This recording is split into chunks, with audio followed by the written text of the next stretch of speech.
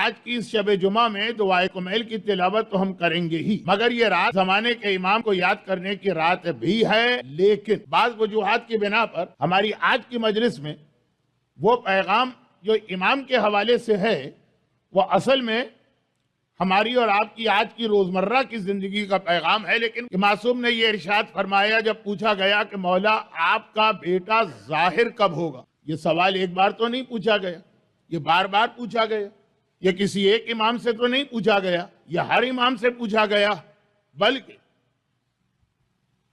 جب اللہ کے رسول سفر معراج پر گئے تھے، یاد رکھیے کہ سفر معراج کا اہم ترین مقصد ولایت علی ابن ابی طالب کا پیغام دینا تھا۔ سبحان الذی اسری بعبدہ لیلا من المسجد الحرام الی المسجد الاقصی الذی بارکنا حولہ لنریہ من آیاتنا۔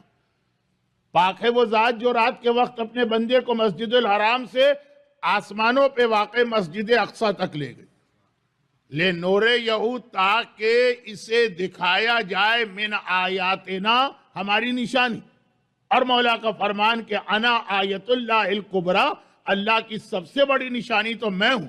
جو شب معراج پیغمبر کو دکھائی گئی تو ولایت علی کا اعلان تھا، لیکن شب معراج کا اصل مقصد ولایت علی کا اعلان تھا، لیکن اسی ولایت علی کے اعلان میں شب معراج آخری امام کے حوالے سے بھی پیغام دیا، جو پیغمبر کا واپسی کے بعد کا خطبہ۔ باتیں جو آج کی باتیں نہیں ہیں وہ بس آ گئیں ابتدائی مجلس میں، تو زمانے کے امام کے ظہور کا تذکرہ اللہ کے رسول نے بھی۔ اچھا، معراج کے حوالے سے صرف ایک جملہ عرض کر دوں، اور وہ یہ ایک اور جملہ عرض کر دوں کہ یہ معراج عقیدے کے اعتبار سے امامت کا پیغام اس میں دیا گیا، بلکہ اس سفر کا مقصد ہی یہ تھا، ورنہ خالی پیغمبر کو یہ کائنات کی سیر نہیں کرانا تھی جس کے سامنے ساری کائنات بنی، اسے کیا یہ چیزیں دکھانا جو نور اس وقت عرش الہی پر تھا کہ جب کچھ تھا ہی نہیں۔ تو یہ خالی ایک سیر نہیں تھی، بلکہ دو مقصد تھے۔ نمبر ایک، عقیدے کے اندر، اصول دین کے اندر امامت کا پیغام، اور فروع دین کے اندر نماز کا پیغام۔ معراج ہی کی رات کو تو 5 نمازیں واجب ہوئیں، اصول میں امامت، فروع میں نماز، اور پھر امامت کے حوالے سے مولا کی ولایت سے لے کے آخری امام کی امامت تک کا پیغام بھی ملا، اور فروع دین میں نماز کے حوالے سے شریعت کے ابتدائی حلال و حرام کے احکام آئے۔ سورہ بنی اسرائیل آیت نمبر 35 دیکھ لیجئے گا، آج وقت نہیں ہے میرے پاس کہ میں تفصیل میں جاؤں۔ تو خلاصہ یہ کہ سفر معراج عقیدے اور عمل، اصول اور فروع دونوں کا ایک انداز سے آغاز ہو رہا، لیکن سفر معراج سے جو پیغام امامت کے حوالے سے آیا وہ پیغام پھر ہر امام معصوم نے دہرایا۔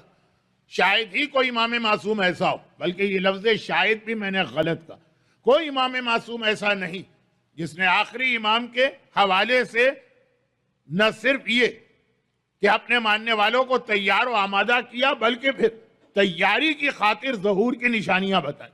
نشانیاں جو ہیں آدمی کو تیاری پر آمادہ کرتی، یہ ہم اور آپ ہیں کہ آج کل نشانیوں کو ایک کھیل بنا لیا، اور صرف ایک دوسرے کو وہ پیغام فارورڈ کر کے کہ اب فلاں نشانی پوری ہو گئی، فلاں نشانی پوری ہو گئی، یہ سمجھتے ہیں کہ ہم نے حق امام ادا کیا۔ ہر نشانی کا مقصد تیاری ہوتا ہے۔ حضرت یعقوب کا واقعہ اس لیے پڑھ رہا ہوں کہ یہ میری آج کی مجلس کا اصل موضوع ہے۔ میں نے شروع میں ایک جملہ کہا تھا نا کہ اصل میں تو آج شب جمعہ ہے، مجھے امام پہ گفتگو کرنا چاہیے، لیکن آج کا موضوع کچھ اور بن رہا، اس لیے امام کا ذکر کل آئے گا۔ تو جو اصل موضوع آج کا ارادہ ہے، اب دیکھیں بعض اوقات موضوع میرے کنٹرول سے باہر ہو جاتا، حضرت یعقوب اور ملک الموت کی گفتگو۔ حضرت یعقوب نے ملک الموت سے ایک مرتبہ ایک وعدہ لیا۔ اچھا، اب یہ بہت دلچسپ واقعات ہیں کہ ملک الموت اور انبیاء کے درمیان جو مختلف وعدے ہوئے، لیکن اس میں حضرت یعقوب کا واقعہ چونکہ میرے اس جملے سے ٹیلی کر رہا کہ نشانیوں کا مطلب تیاری ہوتا، ہر وہ نشانی جو آپ کو تیاری پہ آمادہ نہ کرے، ایک طرح سے سمجھیے کہ آپ نے مقصد امام کو ضائع کر دیا۔ جس مقصد سے معصوم نے وہ نشانی بتائی تھی. جیسے قرآن کے بارے میں اکثر میں نے اسی منبر سے عرض کیا ہے کہ قرآن تاریخ کی کتاب نہیں. چنانچہ قرآن میں جو تاریخی واقعہ آ رہا اس کا کوئی نہ کوئی مقصد ہے جو ہمیں سمجھنا. کل آپ نماز جمعہ میں شاید میری سپیڈ ذرا تیز ہو گئی ہے، سلو کرتا ہوں. نماز جمعہ میں سورہ جمعہ کی آخری آیتیں جو آپ پڑھیں گے وہ تاریخ نہیں، وہ ہمارا مستقبل ہے. تو جتنے بھی تاریخی واقعات قرآن میں آئے ہیں وہ ہمارا فیوچر ہے، کیونکہ قرآن تاریخ کی کتاب نہیں. اسی طرح سے امام دنیا کے سیاسی اور معاشی حالات پر نگاہ ڈالنے نہیں آئے، وہ تو ہے ہی ان کی آنکھوں کے سامنے. ہمیں بتاتے ہیں تیاری کے لیے. اگر ہم تیاری نہیں کرتے تو گویا جو مقصد امام کا تھا وہ ہم نے ضائع کر دیا ہے. تو اسی حوالے سے وعدہ لیا. ملک الموت تو ہر ایک کے پاس آتا ہے اور اچانک آتا. میرے پاس اچانک نہ آنا، موت کے لیے تیار ہوں. نبی موت کے لیے تیار نہیں ہوگا تو اور کون موت کے لیے تیار ہوگا؟ لیکن ذرا سا جسے کہتے ہیں مینٹلی پریپیئرڈ کرنا، جو ظہور امام کی نشانیوں کی بھی فلسفی، ذرا سا پہلے سے بتا دینا تاکہ آدمی اس کے حساب سے تیاری کرے.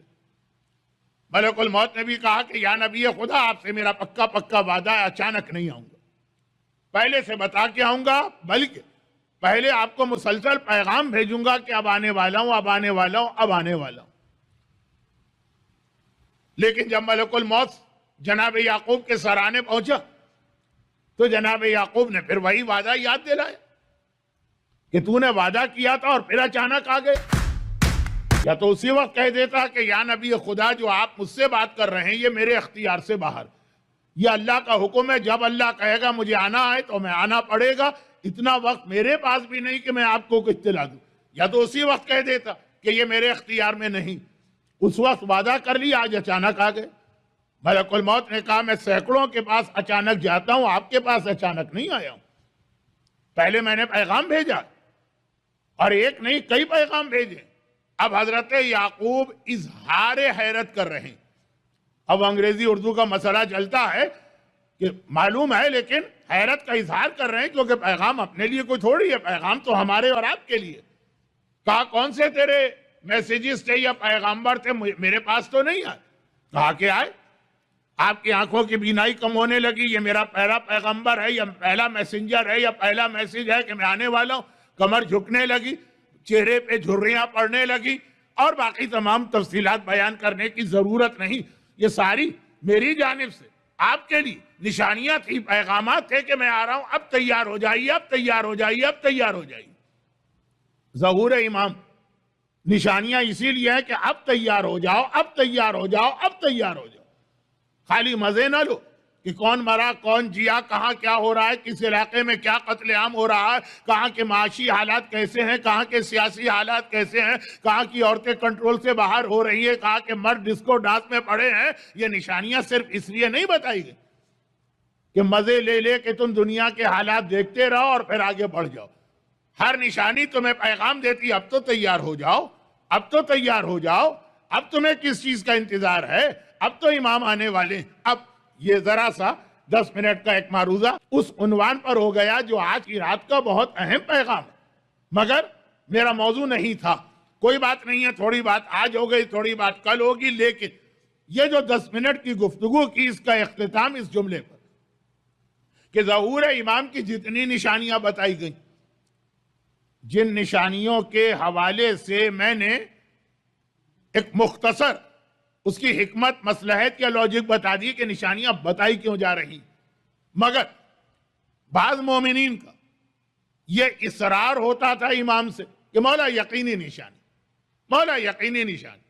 تو جو ایک یقینی نشانی بتائی گئی اور اس کے حوالے سے پھر ہمارے اور آپ کے آج کے معاشرے یقینی نشانی یہ، جب ایسے لوگ، یہ خاصیت ہوتی ہے جو ضروری نہیں ہے کہ خالی مومن میں پائی جائے، یہ کافر میں بھی ہو سکتی.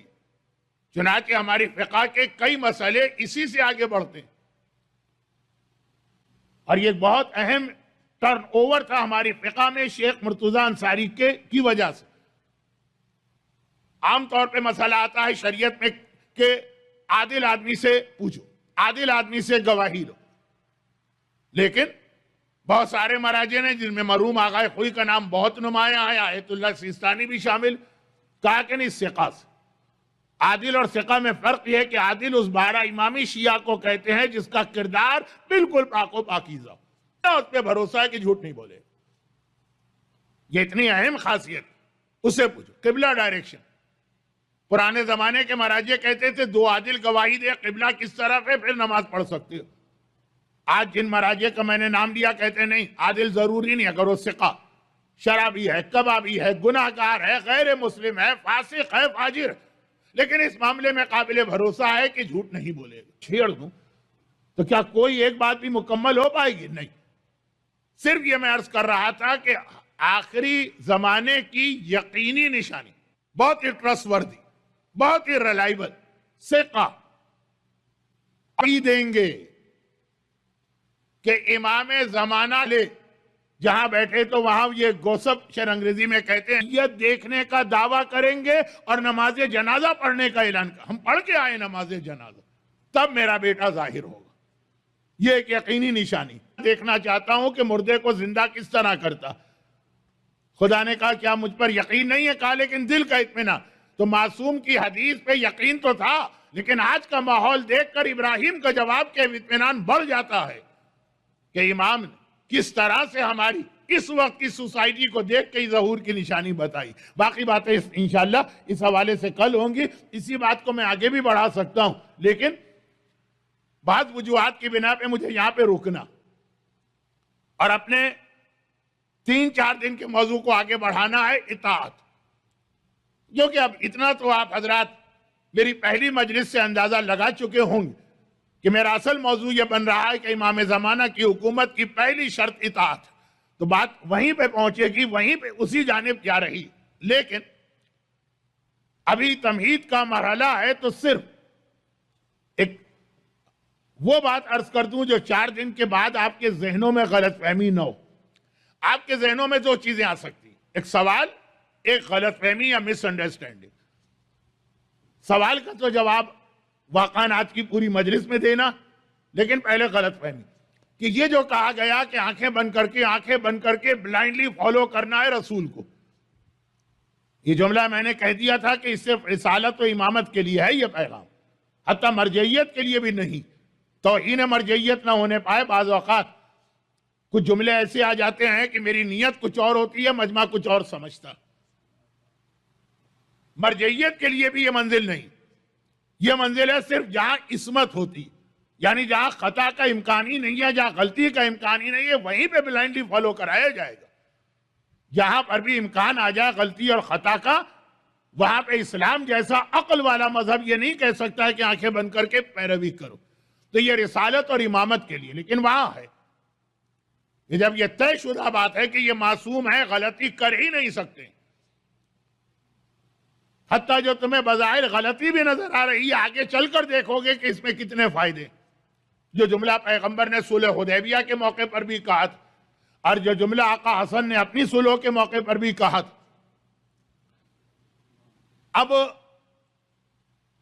وَمَا كَانَ لِمُؤْمِنٍ وَلَا مُؤْمِنَةٍ، رسول اور امام کے آتے ہیں، وہ نان سینس ہے، نعوذ باللہ، اس کے پیچھے کوئی حکمت نہیں ہے، کوئی مصلحت نہیں، غلط سلط بھی دے تو ہمیں عمل کرنا ہے، نہیں، ہمیں اس یقین کے ساتھ عمل کرنا کہ جو وہ غلط حکم بھی ہم کو دے رہے ہیں، نعوذ باللہ، وہ غلط نہیں ہے، ہم اس کی مصلحت نہیں سمجھ پا رہے ہیں۔ ہر حکم امام اور ہر حکم رسول اور ہر عمل امام اور ہر عمل رسول کوئی نہ کوئی فائدہ ضرور ہے، یہ الگ بات ہے کہ بعض چیزیں مستقبل بتائیں۔ چنانچہ اگر وہ تندور میں بیٹھنے کا حکم بھی دے رہے ہیں تو اس میں کوئی نہ کوئی فائدہ۔ جو 2 مثالیں میں نے ابھی دے دی، صلح حدیبیہ سے صلح حسن تک، بظاہر ذلت ہے، بظاہر توہین ہے، بظاہر دشمنوں کو مذاق اڑانے کا موقع مل رہا، مذاق۔ آدمی کوڑے برداشت کر لیتا، لیکن اس طرح کا مذاق نبوت اور امامت کے لیے برداشت نہیں ہوگا۔ روایت میں یہ جو جملہ میں نے کہا، یہ خالی خطابت کے جملے نہیں ہیں، میں تو خطابت جانتا ہی نہیں، یہ سب تاریخ ہے۔ عمار یاسر کی ماں سمیہ زمین پہ باندھ کر کوڑے برسائے جا رہے ہیں روزانہ، اور وہ برداشت کر رہی، لیکن جب ابو جہل نے پیغمبر اسلام کی شان میں گستاخی کی اور مذاق اڑایا پیغمبر کا، تب برداشت نہ کر سکی اور اس طرح سے اس کے چہرے پہ تھوکا کہ اس نے برچھی ناک کے نیچے مار کے اسی وقت ان کو شہید کیا۔ تو ایک نہیں واقعہ کہ امام نے مثلاً ہاتھ اس پہ عمل کرے گا کہ بظاہر جو چیز آج کتنی ہی نانسنس نظر آ رہی ہے، آگے چل کے اس میں بہت سارے فائدے۔ اچھا اب یہ خود جملہ بہت تشریح چاہتا، یا تشریح نہ چاہے تو بہت سارے دلچسپ واقعات ہیں۔ فی الحال کیونکہ وقت نہیں ہے، مجھے تو 4 دن کی گفتگو کا یہ جو ایک غلط ذہن میں امپریشن آ سکتا کہ جی یہ تو ایسی اوٹ پٹانگ بات کہی جا رہی ہے، اس طرح سے تو ہم آنکھیں بند کر کے کسی کے اوپر عمل نہیں کر سکتے ہیں، تو وہ احکامات یقینی۔ البتہ قرآن کریم نے ایک جگہ پر یہ بھی بتایا کہ ہم جو تم سے ڈیمانڈ کر رہے ہیں کہ رسول کی پیروی، اطاعت کرو، اطاعت، تو وہاں کوئی مقصد نہیں، کوئی مقصد نہیں۔ مخالفین جو بھی کہیں قریش مکہ، لیکن قرآن کی زبان بہت پاکیزہ۔ ایک بلعم باعور کے لیے لفظ کتا آیا، بزرگ بھی ہیں، جوان بھی ہیں، یوتھ بھی ہیں، ینگسٹر بھی ہیں، دو 3 4 بکلیٹ پڑھ کے اپنے آپ کو بہت بڑا عالم سمجھتے ہیں، ان کے لیے لفظ گدھا آیا، وہ سورہ جمعہ میں کل آپ سنیں گے۔ کمثل الحمار، ان کی مثال گدھے جیسی۔ کتا، یہ لفظ تو ایسا ہے کہ اسلامی معاشرے میں قرآن میں آیا، لیکن تیسری جگہ پر ایک لفظ آیا ہے ان لوگوں کے لیے جو آج کل بہت بڑھتے جا رہے ہیں، اور یہ سارے کے سارے قرآنی الفاظ ہیں، اس میں حدیث کو بھی نہیں لا رہا، جبکہ حدیث نعوذ باللہ کوئی کمزور یا بیکار چیز نہیں ہے، لیکن بعض لوگ حدیث کا نام سنتے ہی دل میں خیال لاتے ہیں کہ بہرحال یہ وہ، اس بات میں وہ وزن نہیں ہے، طاقت نہیں ہے، حدیث تو صحیح غلط سب ہوتی ہے۔ قرآن کیا لفظ قرآن نے کہا؟ بے وقوف، احمق، شاید یہ لفظ تھوڑا سا اسٹرانگ ہو جائے، کم عقل رکھنے والے، یہ لفظ قرآن نے استعمال کیا کن کے لیے؟ جو ایک سوال کرتے ہیں پلٹ کے کہ اسلام کا فلاں حکم آیا تو وائے، اور بہت ہی آسان اس کا ریفرنس ہے، وقت میرے ہاتھ سے پھسلا جا رہا، کونسل نے 2 دن سے مجلس بالکل وقت پہ شروع کر دی ہے کیونکہ نماز مغربین کا وقت ذرا کم ہوا، اب میں غلطی کر رہا ہوں، کل بھی تاخیر ہو گئی، آج بھی بہت جلدی، بہت ہی آسان ریفرنس۔ دوسرے پارے کا نام ہے سیقول، لیکن سیقول کے فوراً بعد کیا لفظ ہے؟ سیقول کا مطلب ہے ان قریب وہ لوگ کہیں گے، بہت جلدی وہ لوگ کہنے والے۔ کون لوگ؟ السفہاء، سفی لوگ، نادان، ناسمجھ، کم عقل رکھنے والے، شاید احمق و بیوقوف میں نے بہت اسٹرانگ لفظ ترجمہ کر دیا۔ سیقول السفہاء، یہ کم عقل رکھنے والے، یہ نادان لوگ، یہ ناسمجھ لوگ ان قریب ایک اعتراض کریں گے، اور پھر وہ قرآن نے اعتراض ان کا بیان کیا کہ آخر اللہ نے قبلہ کیوں بدلا؟ پہلی آیت دوسرے پارے کی، اس سے زیادہ آسان ریفرنس کیا ہوگا کہ قبلہ کیوں بدلا گیا؟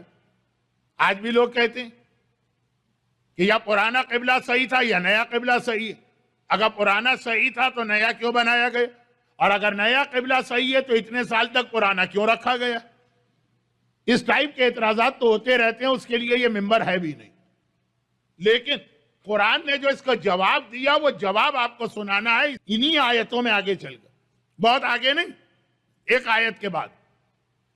وَمَا جَعَلْنَا الْقِبْلَةَ الَّتِي كَانَتْ عَلَيْهِ، دیکھو وہ جو پرانا قبلہ ہم نے بنایا تھا، نئے قبلے کی بات نہیں ہو رہی ہے، نیا قبلہ خانہ کعبہ تو جس دن سے بنا ہے، ان اول بیت وضع للناس للذی ببکۃ مبارکہ، دنیا کا سب سے پہلا یہ گھر ہے جو انسانوں کے لیے بنایا گیا، اس دن سے ڈکلیئرڈ قبلہ تھا، مگر پیغمبر اسلام کے اعلان رسالت کے بعد 13 سال تک رخ بیت المقدس کی جانب کیا گیا، جو ہمارے ہاں اردو میں بیت المقدس کہلاتا ہے، ذرا لوگ گاڑھا کر دیتے ہیں، کوئی بات نہیں، تو خیر بیت المقدس کی جانب تھا۔ قرآن اس کی وجہ بتا رہا، لِنَعْلَمْ، پہلے صفحے کی آیت ہے، جا کے دیکھ لیجئے گا تاکہ آپ کو اطمینان ہو کہ کہنے والا کوئی غلط بات تو نہیں کہہ رہا۔ لِنَعْلَمْ ممن یتبع الرسول ممن ینقلب عقبہ، من یتبع الرسول ممن ینقلب عقبہ، ہمیں صرف یہ دیکھنا تھا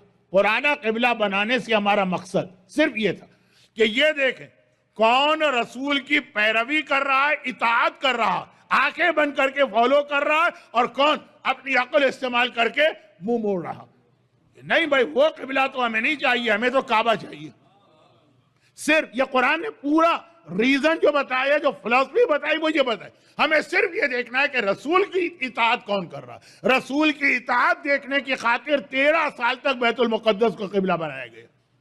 جب آپ مدینہ کی زیارت کو جاتے ہیں، بعض علماء ایک جملہ کہتے ہیں، وہ بعض علماء کا جملہ بتا رہا ہوں، مدینہ کی زیارت کو جاتے ہیں، چاہے حج میں جائیں چاہے عمرے پہ جائیں، تو ایک مسجد کی آپ کو زیارت کرائی جاتی ہے، مسجد ذو قبلتین، جو مسجد قبلتین شارٹ کر کے 2 قبلوں والی مسجد۔ اور یہ وہ زیارت ہے جس کا زیارت ہونا اتنا اتھینٹک ہے کہ وہاں کی حکومت بھی جو ہر زیارت کو شرک و بدعت قرار دیتی، جن 3 زیارتوں کو بالکل وہ اتھینٹک مانتے ہیں، بلکہ پروموٹ کرتے ہیں کہ جاؤ اس کی زیارت کو، ان میں یہ ایک مسجد بھی شامل، بالکل یقینی زیارت۔ اور اس مسجد کی تاریخ ہر ایک کو پتا ہے، میں تاریخ نہیں بتا رہا ہوں، مولا کا ایک جملہ سنا رہا ہوں کہ جب پیغمبر یہاں نماز پڑھ رہے تھے، اس وقت مدینے سے باہر کا علاقہ تھا، ایک مومنہ کے جوان بیٹے کا انتقال ہو گیا، پیغمبر پرسہ دینے آئے، ظہر کا وقت آ گیا، 8 10 12 آدمی تھے، اس وقت مسلمان بہت کم تھے، یہ پہلی ہجری کا واقعہ، مدینے پہنچنے کے 16 مہینے بعد کا واقعہ۔ تو خیر مسلمان بہت کم تھے، مدینے کے باہر نماز پڑھ رہے ہیں، 2 رکعت نماز پڑھی ظہر کی تو حکم آ گیا، تو پیغمبر نے باقی 2 رکعت دوسرے قبلے کی جانب بہت شارٹ کر کے، اور یہ دونوں بالکل آمنے سامنے، یعنی پیغمبر پورا گھومے، باقی سارا مجمع بہت بڑا مجمع نہیں تھا، 8 10 آدمی ہوں گے، حیران و پریشان کی یہ ہوا کیا۔ صرف مولا نے پیغمبر کی پیروی کی، جیسے ہی پیغمبر نے اپنا رخ پھیرا، مولا نے بھی اپنا رخ پھیر لیا۔ اسی لیے مولا کا ایک لقب ہے المصلی الی القبلتین، کائنات کا واحد آدمی ہے جس نے ایک نماز پیغمبر کے پیچھے 2 قبلوں کی جانب پڑھی۔ جو باقی 7 آدمی یا 10 آدمی تھے وہ تو کنفیوز کھڑے رہے پرانے قبلے کی جانب۔ مولا نے رخ پھیر لیا تو بعد میں ایک سوال کیا گیا مولا سے، یا امیر المومنین، وہ باقی مسلمان ان میں سے کوئی منافق نہیں تھا، کنفیوز ہو گئے یہ ہوا کیا، تو آپ بھی ان کی طرح سے اس حالت میں کیوں نہ کھڑے رہے، وہ کھڑے رہے، انتظار کرتے رہے کہ اب پیغمبر جو ادھر رخ کر کے نماز پڑھے ختم کریں تو پتہ چلے کیا ماجرا۔ تو آپ نے اپنا رخ کیوں بدلا اور ادھر ہی کیوں نہ رہے جہاں 13 14 سال ہو گئے تھے مسلمانوں کو نماز پڑھتے ہوئے۔ پیغمبر کا یہ غلام، اپنے آپ کو غلام کہنے والا پیغمبر کا نفس ہے ویسے تو، ایک مرتبہ میرا مولا کہتا کہ بھائی یہ قبلہ الفاظ میرے ہیں، مفہوم قبلہ تمہارا مسئلہ، کہ ادھر ابھی 13 سال نماز پڑھی تو ادھر نماز پڑھی، یہ میرا مسئلہ نہیں، میرا مسئلہ تو ذات رسالت ہے، جدھر پیغمبر کا رخ ہوگا علی کا رخ بھی اسی جانب ہوتا چلا جائے گا۔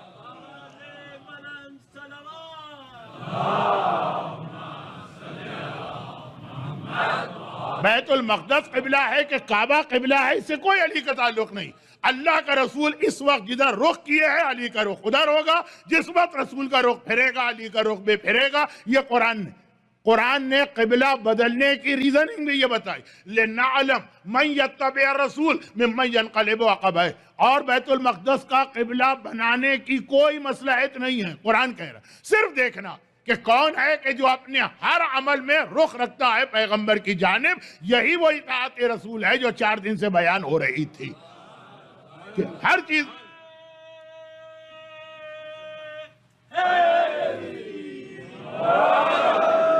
قرآن کی آیت مولا کا عمل، یعنی قرآن صامت کی آیت، قرآن ناطق کا عمل، یہاں جا کے وہ میسج مکمل ہو رہا۔ اب آگے ایک سوال، اس کے بعد ایک سوال، تو دیکھیں یہاں تو قرآن نے بتا دیا کہ بعض احکامات ہم نے صرف یہ چیک کرنے کے لیے دیے، اس کے پیچھے کوئی لاجک، کوئی ریزننگ، کوئی حکمت نہیں، صرف یہ چیک کرنے کے لیے کہ کون اطاعت کرتا، صرف یہ دیکھنے کے لیے بعض احکامات دیے۔ باقی باتیں انشاءاللہ بھی آئیں گی بھی، لیکن ایک سوال آپ کے ذہن میں پیدا ہوا ہوگا، اور ایک سوال ذہن میں آ سکتا تھا، اب اس کا جواب شروع ہو رہا، اور وہ سوال یہ کہ بھائی یہ جو اتنی تاکید کے ساتھ حکم آ رہا، اطاعت اطاعت اطاعت، 4 دن مسلسل گفتگو رہی، لیکن کوئی طریقہ بھی اسلام نے بتایا اطاعت کا؟ یہ جذبہ آدمی میں کیسے پیدا ہو؟ اطاعت رسول دل ہر ایک کا چاہتا، جذبہ بھی ہر ایک کے پاس، لیکن وقت عمل اتنی اطاعت نہیں ہو پاتی ہے۔ میں بہت جلدی میں خود بھی مجھے بعض اوقات احساس ہو رہا ہے کہ میں ذرا تیز بولنے لگتا ہوں، پھر رک جاتا ہوں، لیکن پھر گھڑی کی سوئیاں سامنے آتی ہیں، پھر تیز ہو جاتا ہوں۔ تو سوال یہ ہے کہ یہ اطاعت ہم کرنا چاہتے ہیں مگر نہیں ہو پاتی، اس کا کوئی طریقہ بھی اسلام نے بتایا ہے کہ نہیں بتایا؟ بہت ساری چیزیں ایسی ہوتی کہ آدمی کی خواہش ہے کہ یہ ہو، نہیں ہو پاتی ہیں۔ تو مثلا میری خواہش ہے کہ میرا شوگر لیول نارمل رہے، پھر آ گیا شوگر لیول، نہیں ہو پاتا ہے تو کہا کہ دوا کھا لو، انسولین کھا لو۔ یہ چیزیں ہیں نا کہ جس کے ذریعے آدمی میں طاقت آتی۔ وہ جو ایک زمانے میں بہت ہی مشہور کیریکٹر تھا پوپائی دا سیلر، اب اس کو مدد کرنا ہے، طاقت نہیں ہے، اس نے مثلا وہ ڈبہ کھول کے اسپینش کیا چیز کھائی، طاقت آ گئی۔ تو اب یہ ہم اطاعت رسول کرنا چاہتے ہیں۔ اس مجلس میں موجود کون مومن یا کون مومنہ ایسی ہے جو نہیں کرنا چاہتی تھا؟ مگر اس دنیا میں رہتے ہیں، چاروں طرف بہکانے والی چیزیں ہیں، خاص طور پہ وہ شیطان جس کی لشکر کا ذکر کل بھی ہوا اور آئندہ بھی ایک مجلس میں ہوگا۔ تو اب یہ طاقت کیسے آتی؟ تو پہلا طریقہ کیا ہوتا ہے؟ پہلا طریقہ ہوتا ہے کسی چیز کو، کسی آدمی کو کسی چیز کی عادت ڈلوانے کے لیے تربیت دی جاتی ہے یا ٹریننگ دلائی جاتی ہے۔ وہ ٹریننگ کے نتیجے میں کام بہت آسان ہو جاتا۔ جو ایک فوجی جس انداز سے چل سکتا ہے، وہ چل سکتا ہے، دوڑ سکتا ہے، ہم اور آپ نہیں کر سکتے، لیکن وہ ماں کے پیٹ سے ہنر لے کے پیدا نہیں ہوئے، انہوں نے اس کی ٹریننگ لی۔ ایک سوئمر جس تیزی کے ساتھ سوئم کر سکتا، ہم اور آپ نہیں کر سکتے، یہ ماں کے پیٹ سے سوئمنگ کی مہارت لے کے نہیں آئے ہیں، ان کو اس کی ٹریننگ دی گئی، کھلاڑیوں سے ہٹ کے عام زندگی میں بھی آ جائے گی۔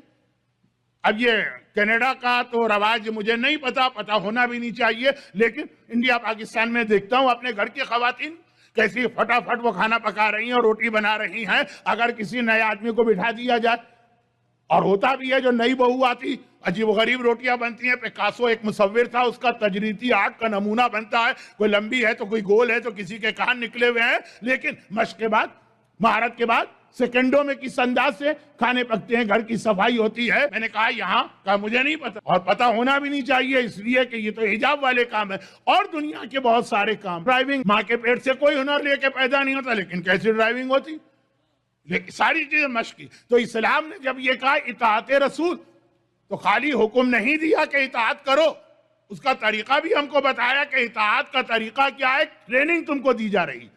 یہ جو ٹریننگ، اچھا ٹریننگ کے بھی مرحلے ہوتے ہیں، ہلکی، شروع میں ہلکی ٹریننگ ہوتی، جو روزانہ والی ٹریننگ ہے وہ ہلکی ہوگی، پھر یہ ہے کہ سال میں ایک مرتبہ کہا کہ نہیں اب ذرا یہ تو روز کرتے آ رہے ہو نا، اب یہ تھوڑا ٹائم نکالو جہاں یہ ٹریننگ کو اور سخت بنایا جائے گا، اور اس کے بعد کہا کہ نہیں اب یہ سال میں ایک بار ہے تو 5 سال میں ایک بار، ورنہ کم از کم زندگی میں ایک بار مکمل وہ ٹریننگ دی جائے گی جو سخت ترین ہوگی۔ یہ اسلام کی مختلف عبادتوں کا ایک مقصد یہ بھی ہے، ایک مقصد۔ نماز کیا؟ ہم اور آپ تو نماز پڑھ لیتے ہیں، ہم کو پتہ ہی نہیں چلتا کہ نماز کیا۔ نماز اطاعت رسول کی ٹریننگ اور تربیت کا پہلا مرحلہ۔ نماز ایک تربیت ہے۔ نماز میں آپ کیا کرتے ہیں؟ کھانا بند کر دیتے ہیں۔ عام زندگی میں آپ کسی سے کہیں مت کھاؤ تو کہے گا کیوں نہ کھاؤں؟ نماز میں کوئی نہیں پوچھتا ہے کھانا بند ہے لیکن چونکہ زندگی بھر ہم نے نمازیں پڑھی، یا جنہوں نے نہیں بھی پڑھی ہیں تو نماز کو جانتے ہیں، تو ان کو اس پہ حیرت نہیں ہے کہ بھئی یہ کھانا بند ہے، لیکن آپ دیکھیے نماز بھی رمضان کے روزے کی پہلی مشق ہے، جتنی دیر آپ نماز پڑھیں گے، 4 رکعت یا 3 رکعت، اتنی دیر کھانا اور پینا نماز باطل ہو جاتی ہے۔ نماز کیا؟ اپنے جو نیچرل آپ کے جذبے ہیں ان پہ کنٹرول کرنا۔ کیا چیز ہے نیچرل جذبہ؟ کوئی ایسی بات آپ کو یاد آ گئی جو اچھی تھی تو آپ کے چہرے پہ ہنسی آ گئی، قہقہہ آپ نے لگا دی۔ نماز کے اندر ہنسنا حرام ہے، حرام ہے، لفظ حرام میں کہہ رہا ہوں، کیونکہ اگر اس سے یہ کہا جائے کہ نماز باطل ہو جاتی ہے قہقہہ لگانے سے، تو وہ اثر نہیں بنے گا۔ جبکہ جملہ وہی ہے کہ نماز قہقہہ لگانے سے باطل ہو جاتی ہے، ٹوٹ جاتی ہے، اور نماز توڑنا حرام ہے۔ تو بجائے اس کے کہ دو دو جملوں میں آپ کو جمپ لگا کے نتیجے تک پہنچایا جائے، براہ راست بات کر دی جائے رونا۔ بعض اوقات تو آدمی کے کنٹرول میں بھی نہیں ہے رونا، لیکن نماز کے بیچ میں کہا کنٹرول کرو، رونے سے نماز ٹوٹ جاتی۔ اب مسائل کی تفصیل تو آپ اپنے علماء یا مرجع کی کتاب میں دیکھیے گا۔ البتہ خوف خدا کا رونا نماز کی بہترین عبادت، نماز کی عبادت، نماز خود ایک عبادت، خوف خدا سے رونا بہترین عبادت، ازائے امام میں رونا بہترین عبادت۔ عاشور کی نماز میں خود بخود آپ کی آنکھوں سے آنسو جاری ہوں گے۔ یہ جملے اس لیے کہنا پڑتے ہیں کہ بعض اوقات غلط فہمی نہ ہو جائے، لیکن بات یہ کھانا پینا یہ انسان کی فطری خواہش، ایسی کوئی مزیدار بات ہو تو قہقہہ لگانا یہ بعض اوقات کنٹرول سے بھی باہر ہے۔ اسی طرح رونا، یہ ساری چیزیں عام حالات کے اندر، بولنا، باتیں کرنا، انسان کی تعریف یہی کی گئی ہے کہ وہ حیوان ناطق، ناطق جن معنوں میں بھی ہو لیکن ایک مطلب ہے بولنا جانتا۔ اور خواتین تو خاموش رہ ہی نہیں سکتی، لیکن نماز میں خاموش ہوتی ہیں کہ نہیں ہوتی؟ ہوتی۔ تو یہ ساری چیزیں فطری باتیں، پابندی، یہ ٹریننگ ہو رہی، روزانہ تھوڑی تھوڑی ٹریننگ۔ کوئی بھی ٹریننگ پہلے دن سے مکمل نہیں ہوگی، یعنی آپ بھرپور ٹریننگ آپ کسی پہ کریں وہ آدمی مر جائے۔ مجھے بھی ایک صاحب نے کہا تھا کہ مولانا وہ آپ جاگنگ مشین کے اوپر جائیے۔ میں پہلے دن گیا 45 منٹ، کمر میں ایسی چک پڑی اور ایسا بیک پین ہوا کہ اس کے بعد تو میں اس طرف رخ بھی نہیں کرتا جہاں ٹریڈ مل رکھی ہوئی ہو۔ تو خیر خلاصہ یہ کہ ڈاکٹر نے بھی کہا کہ غلطی آپ کی، پہلے دن یہ 45 منٹ کی جاگنگ کو تھوڑی ہوتی ہے جس نے زندگی میں کبھی جاگنگ نہ کی ہو۔ میں نے کہا کیا کروں، مجبور۔ ایسے کا ماننے والا ہوں جو کبھی میدان سے نہیں بھاگا، اس کا ماننے والا ہوتا تو الگ بات تھی۔ خیر تو خلاصہ یہ کہ کوئی بھی ٹریننگ، آپ بھی جانتے ہیں ہم بھی جانتے ہیں، نماز پہلی ٹریننگ۔ اب ابھی آپ غور کریں جن چیزوں سے نماز ٹوٹتی، وہ ساری کی ساری پارٹ ہیں اس ٹریننگ کا جو آخر میں اطاعت رسول تک لے جانے والا۔ یعنی کھانا آپ کے اختیار سے باہر نکل گئے، نماز اسی کا نام، اطاعت رسول اسی کا نام۔ بولنا آپ کے اختیار سے باہر نکل گئے، سونا آپ کے اختیار سے باہر نکل گیا، سونا یعنی نیند والا۔ نماز کے بیچ میں سونا حرام ہے، کیونکہ سوئیں گے تو وضو ٹوٹے گا، وضو ٹوٹے گا تو نماز ٹوٹے گی، نماز توڑنا حرام۔ اب بچا کیا؟ بولنا، سونا، کھانا، پینا، ہنسنا، رونا۔ اور ایک دفعہ نماز شروع ہو گئی تو ان چیزوں کو بھی کنٹرول کرنا واجب ہے جب تک اختیار چلے، جو وضو توڑنے والی، گیسٹرک پرابلم ہے یا پیشاب کی حاجت ہو رہی ہے، اس سارے انسانی زندگی کے ضروری کام، نیسیسٹیز، نماز اس کی ٹریننگ دیتی ہے۔ یہ الگ بات ہے کہ ساری زندگی آپ نے نماز پڑھی، اس لیے آپ کو پتہ ہی نہیں کہ نماز کے ذریعے سے آپ کو کس ٹریننگ کی جانب لے جایا جا رہا۔ اور یہاں رک کے ایک بات اور عرض کروں، یہ ٹریننگ کا پہلا مرحلہ، یہ اطاعت رسول، اور یہی وجہ ہے کہ بعض اوقات روایتوں میں ایک لفظ آ گیا کہ جو نماز کو ترک کرتا ہے وہ کفر اختیار کرتا۔ اب کفر وہ والا کافر تو نہیں کہ نجس ہو گئے اور نکاح ٹوٹ گیا، لیکن بات یہی ہے کہ یہ جو نماز کو ترک کر رہا ہے یہ اطاعت رسول کو ترک کرے گا اگلے مرحلے میں، کیونکہ یہ اسی کی مشق ہے، یہ وہیں تک لے جانے والی منزل۔ اب یہاں پہ رک کے ایک بات عرض کروں کہ نماز ہے کیا؟ ہمیں نماز کا مزہ آتا ہی نہیں، ہمیں پتہ ہی نہیں ہے کہ نماز ہے کیا۔ بعض چیزیں ایسی ہوتی ہیں کہ چونکہ آدمی کو اس کی حقیقت نہیں پتا یا معرفت نہیں پتا ہوتی، اس لیے وہ اس کا مزہ بھی نہیں لیتا۔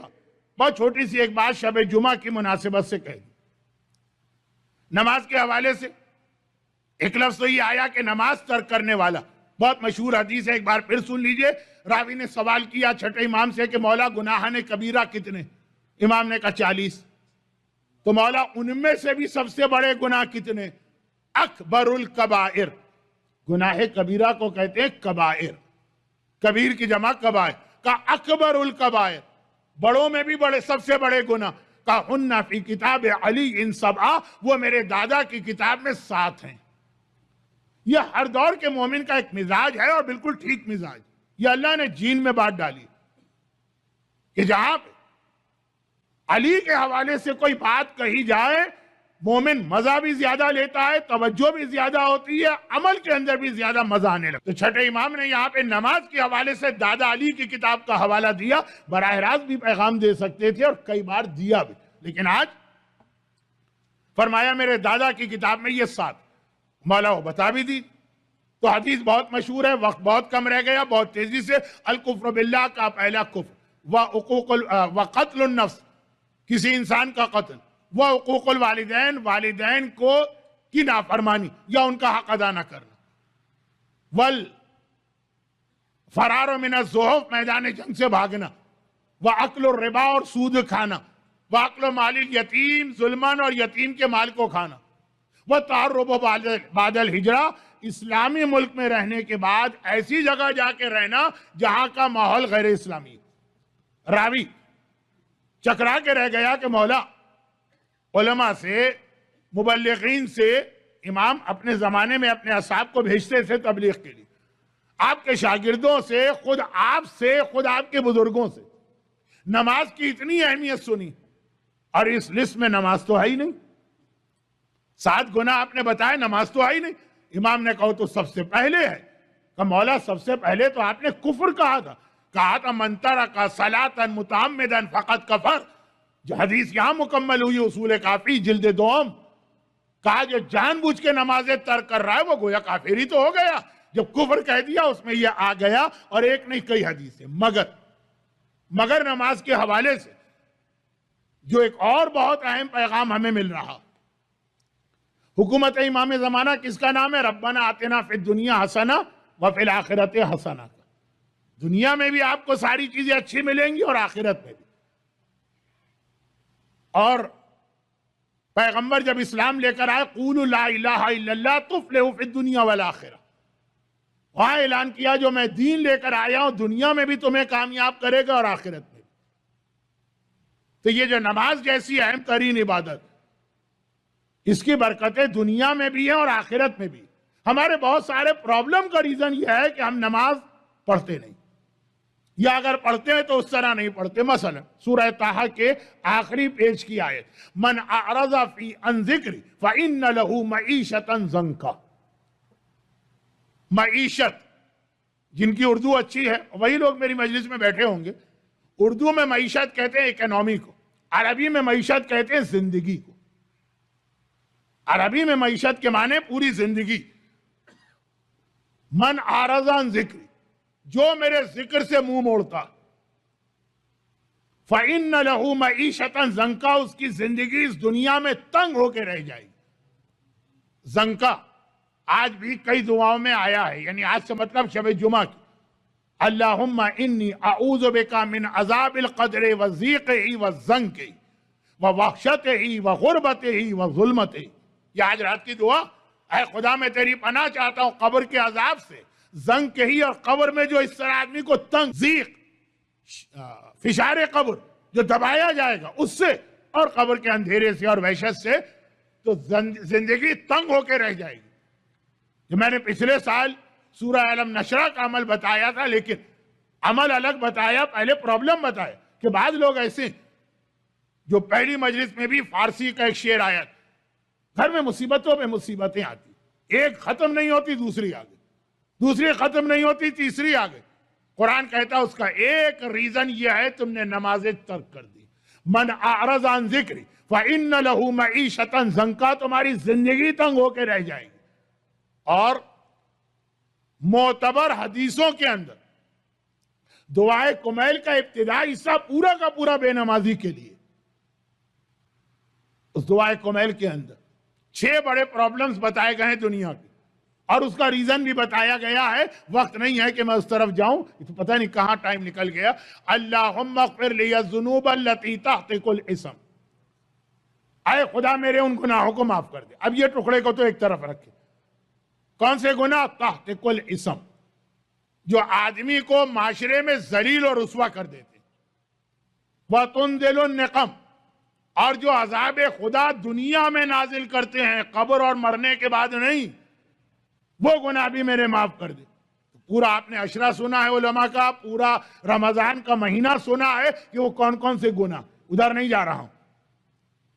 تحتک الاسم، اللہم اغفر لی الذنوب التی، پھر تنزل النقم، تغیر النعم، خدا بندہ میرے وہ گناہ معاف کر دے جس کے نتیجے میں نعمتیں چھین لی جاتی ہیں۔ اللہ دیتا ہے نعمت، ناقدری کرتے تغیر، نعمت کو تبدیل کر دیتا ہے، اللہ واپس لے لیتا ہے نعمت، تم اس لائق نہیں ہو کہ یہ نعمت تمہیں دی جائے۔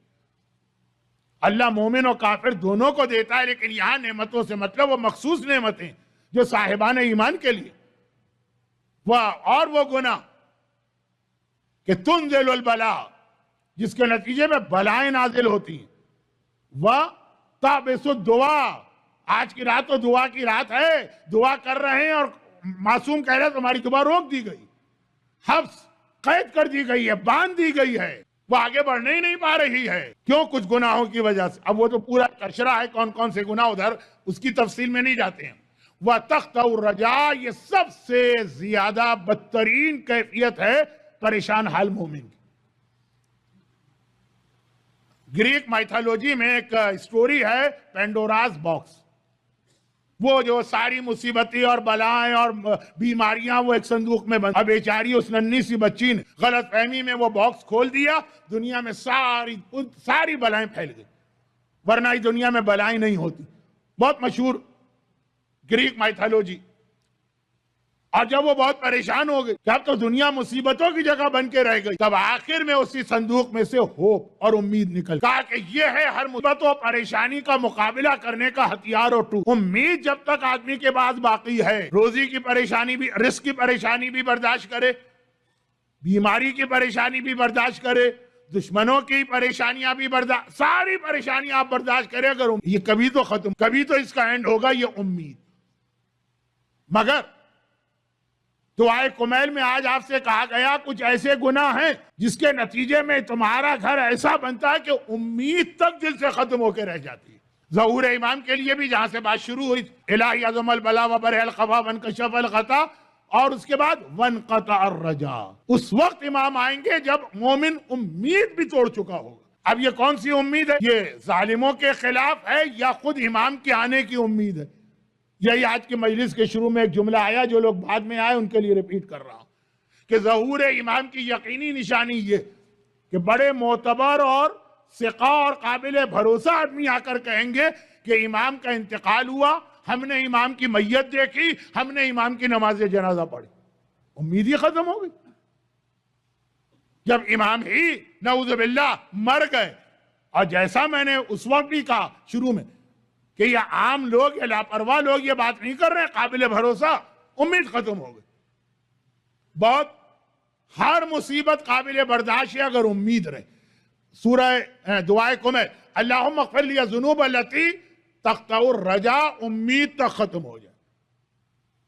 یہ گناہوں کا نقصان جو ہم حرام سے شیو کر دیا، یا گانا سن لیا، یا حرام کھا لیا، یا یہ کہ کسی کا مال دبا لیا، یا عورت بے حجاب گھر سے باہر نکل گئی، یا ہم نے نماز قضا کر دی، یا ہم نے کسی کی غیبت کر دی، یا ہم نے کسی مومن کا مذاق اڑا دیا۔ مولا نے فرمایا کہ گناہ کتنا چھوٹا ہوتا ہے اور اس کا نتیجہ کتنا دور تک مومن کا پیچھا کرتا۔ خیر، تو گناہ معاف کر دے، کون سے؟ 6 اس میں آئیں۔ گناہ وہ ہیں جو عذاب خدا کو لاتے ہیں، جو آدمی کو ذلیل و رسوا کرتے ہیں، جو نعمتوں کو واپس لے لیتے ہیں، جو دعاؤں کو روک دیتے ہیں، جو امید کو توڑ دیتے ہیں، جو گھروں میں بلائیں نازل کرتے ہیں۔ یہ دو الگ چیز ہے۔ عذاب الگ چیز ہے، تنزل النقم، نقم کہتے ہیں عذاب کو، اور بلا الگ چیز ہے۔ بلا ذرا سا اس کا مفہوم نگیٹو ہے، گرچہ کل کی مجلس کا آخری لفظ تھا کرب و بلا، عربی میں اس کا نگیٹو مفہوم نہیں، بلا مانے امتحان، تو بلا انبیاء کے لیے بھی ہے، بلا ائمہ کے لیے بھی، لیکن لفظ بلا اچھا نہیں لگتا، ابتلا۔ تو یہ دو الگ چیزیں۔ اللہ ہمارا امتحان لیتا ہے، لیکن بعض امتحان ہمارے گناہوں کی وجہ سے ہوتے ہیں، اور اللہ ہمارے گھر پہ عذاب نازل کرتا ہے، لیکن یہ عذاب ہمارے گناہ، یہ 6 چیزیں ہیں، الگ الگ اس کی تفصیل۔ مگر اس وقت جو ایک بات کہنا ہے وہ یہ کہ غالباً واحد گناہ نماز ایسا جس کے یہ 6 کے 6 نقصانات روایتوں میں آئیں کہ اگر کوئی نماز کو یا نظر انداز کرتا ہے یا کم توجہ دیتا، چھ کے چھ جو نقصانات دعائے کمیل میں آپ ابھی پڑھیں گے سنیں گے، وہ کس لیے پڑھے اور سنیں گے؟ تاکہ ذہن میں ہر شب جمعہ پیغام واضح ہوتا رہے۔ نماز وہ عبادت ہے جس کا ترک کرنے والا معاشرے میں ذلیل اور رسوا بھی ہوگا، آج نہ صحیح تو کل، کل نہ صحیح تو پرسوں، ہوگا کسی اور وجہ سے ذلیل اور رسوا۔ وہ حیران ہو کر کہے گا کہ آخر کیوں لوگوں کے سامنے میری بدنامی اور توہین ہو رہی ہے؟ 5 سال پہلے جو تم نے نمازیں قضا کی اور دوبارہ ان کو ادا نہیں کیا، وقت نہیں ہے کہ میں مثالیں دوں۔ تو نماز وہ گناہ کہ دعائے کمیل کے 6 عذاب اس آدمی پر آتے ہیں۔ ذلیل بھی ہوتا ہے، اللہ کا عذاب بھی اس کے گھر میں آتا ہے، نعمتیں بھی اس کی وجہ سے چھین لی جاتی ہیں، دعائیں بھی اس کی وجہ سے روک دی جاتی ہیں، امتحان میں بھی وہ مبتلا ہوتا ہے، امید بھی اس کی ٹوٹ کے رہ جاتی ہے۔ اور اسی کو الٹا کر دیں تو یہ نماز کے 6 فائدے ایک ساتھ ہیں۔ بہت کم عبادتیں ایسی ہیں جس کے لیے یہ لفظ آیا ہو، یعنی اگر باقاعدہ آپ کے گھر میں نماز ہے، گھر نمازی کا گھر ہے، خالی آپ کا نمازی ہونا کافی نہیں ہے، وہ بھی ایک بہت بڑا مرحلہ ہے جس سے آپ گزرے۔ حضرت اسماعیل کی قرآن تعریف کر رہا ہے، یہ کہہ کر وَأَمَرَ أَهْلَهُ بِالصَّلَاةِ، وہ اپنے گھر والوں کو بھی نماز کا حکم دیتے۔ تو نماز وہ ہے کہ اگر آپ کے گھر میں ہے تو آپ کا گھر عذاب خدا سے بچا ہوا، آپ کا گھر ذلت و رسوائی سے بچا ہوا، آپ کا گھر نعمتوں کے زائل ہونے سے بچا ہے، جو نعمت آئی ہے وہ مستقل رہے گی، آپ کا گھر قبولیت دعا کا گہوارہ بنا ہوا، آپ کا گھر امتحان سے محفوظ ہے اور آپ کی امیدیں باقی ہیں اگر نماز پڑھی جا رہی ہے۔ بہت اہم عبادت ہے جسے ہم اور آپ نہ صرف یہ کہ بعض اوقات نظر انداز کرتے ہیں اور بعض اوقات پڑھ کر بھی بے نمازی کی کیٹیگری میں آتے ہیں۔ وہ آخری جملہ اس امام معصوم کا جس کی وجہ سے ہمارا ایک نام جعفری ہے، چھٹے امام کا وقت شہادت آخری جملہ تھا، لا تنال شفاعتنا مستخف بالصلاۃ، ہماری شفاعت کو نہیں ملے گی جو نماز کو خفیف یا سبک یا ہلکا سمجھ۔ ایک تو ہے نماز نہیں پڑھتا ہے، وہ تو خیر کیٹیگری ایسی ہے جس کو کفر میں شامل کر دیا گیا۔ ایک ہے کہ نماز پڑھتا ہے لیکن معمولی چیز سمجھ کر، نہ واجبات کا خیال ہے، نہ نماز کی شرائط کا خیال ہے، نہ نماز کے لباس کا خیال ہے، نہ نماز کے ادب اور آداب کا خیال ہے، نہ نماز کے قاعدوں کا خیال۔ کیا مطلب؟ یہ اسی سے تو اندازہ ہوتا ہے کہ کون سی چیز آپ کی نگاہ میں ویٹ رکھتی ہے، کون سی بہت لائٹ۔ جب آپ کہیں بہت ہی لائٹ موڈ میں ہوتے ہیں تو آپ کا لباس بھی کچھ اور ہوتا، آپ کے بولنے کا انداز بھی کچھ اور ہوتا، آپ کے کھانے پینے کا اسٹائل بھی کچھ اور ہوتا ہے، اور جہاں پہ آپ بہت سیریس ہوتے ہیں، اندازہ ہوتا ہے کہ کوئی بہت اہم جگہ آپ کوئی ایسی میٹنگ اٹینڈ کرنے آئے، وہاں پہ آپ کا لباس بھی الگ ہوگا، وہاں پہ آپ کی بات چیت کا طریقہ بھی الگ ہوگا، وہاں کھانے پینے کے طریقے بھی الگ ہوں گے۔ کہا جو نماز کو خفیف سمجھتا۔ اب مثلا اس کی پہلی مثال ہماری خواتین کا لباس، بس وقت ہو گیا جتنا آج تھا، شب جمعہ اور نماز کا پیغام اس لیے ضروری تھا کہ عذاب خدا سے بچانے والی اہم ترین عبادت میں ایک نماز۔ لیکن پہلے یہ بات جملہ پورا کر دوں کیونکہ کل کے جملے کا تسلسل۔ دیکھیں ہماری خواتین وہی سب سے سامنے مثال آتی جس انداز سے جس لباس میں نماز پڑھتی۔ عورت کا حجاب واجب ہے اور کل اس کی فضیلت بھی آئی، اہمیت، اور آپ حضرات کے لیے پیغام بھی آیا کہ اگر آپ کی بچیاں اور ٹین ایج گرل حجاب کرتی ہیں تو اپنے آپ کو خوش قسمت سمجھیے، ان کے سر کو اس حالت میں بوسہ دیجئے کہ ان کے سر کے اوپر اسکارف ہے، اس ماحول میں بیٹھ کر اگر وہ حجاب کر رہی۔ مگر حجاب کے حوالے سے ایک لفظ اسلام میں حجاب، مگر یاد رکھیے گا نماز کا حجاب الگ، نامحرم کے سامنے کا حجاب الگ، محرم مردوں کے سامنے کا حجاب الگ ہے، عورت کا عورتوں کے سامنے کا حجاب۔ نماز میں الگ قسم کا لباس پہننا، نامحرموں کے سامنے الگ قسم کا، باپ بھائی جو محرم بیٹے وہ الگ قسم کا لباس، حتیٰ عورت عورتوں میں بیٹھے گی تو اس کا بھی ایک حجاب ہے۔ ہمارے یہاں ایک رواج اب بڑھتا جا رہا کہ بعض خواتین اپنے جسم کی صفائی کی خاطر اس حالت میں خواتین کے سامنے یا خواتین کے پاس جاتی ہیں جو یہ کام کرنے والی ہیں بیوٹی پارلر والے، کہ وہ بھی اسلام میں حرام۔